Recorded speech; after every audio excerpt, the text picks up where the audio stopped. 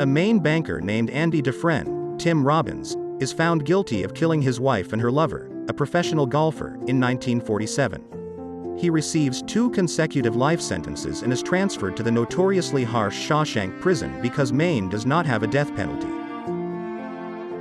Despite Andy's repeated denials of guilt, everyone believes he is the one who committed the crime due to his cold and cunning personality. After serving 20 years in Shawshank for murder, Ellis Boyd Redding, Morgan Freeman, also known as Red, is currently being considered for parole. All convicts are informed of the coming of visitors via an alarm. Red's parole application is denied despite his best efforts and conduct, but this doesn't bother him muchas.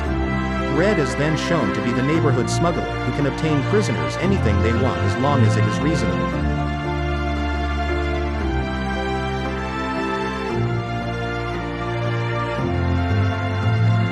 A month or so later, Andy approaches Red since he's heard he's good at discovering stuff.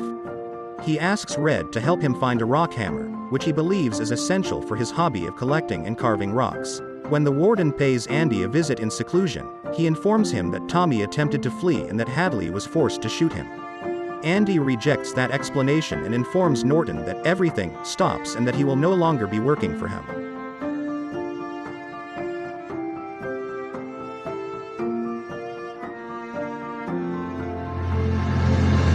Andy wore Norton's clothes underneath his own to his cell during the storms he might.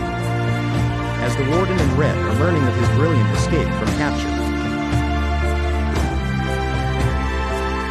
To cover the hole, Andy first had a huge Rita Hayworth poster made. He then spent years using his rock hammer to dig at night while concealing the soil from his work in his pockets.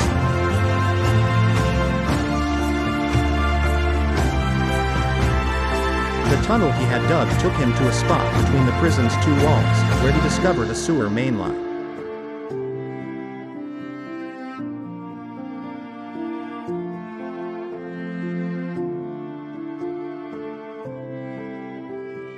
He closes the account and leaves with a cashier's check while posing as Randall Stevens and carrying all the required paperwork.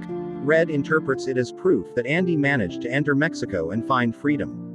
Red and his friends pass the time by discussing Andy's escapades with a few embellishments.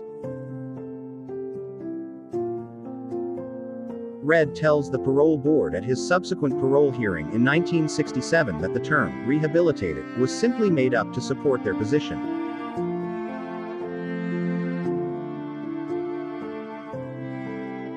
Finally, he asks the board to stop wasting his time and leave him alone, adding that he will have to live with that decision for the rest of his life. Finally, he is given parole.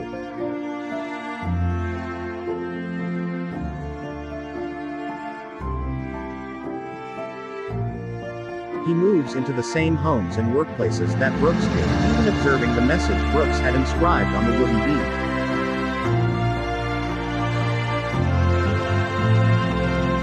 Just as Andy had hoped, the 2 buddies are at last reunited on a beach along the Pacific coast.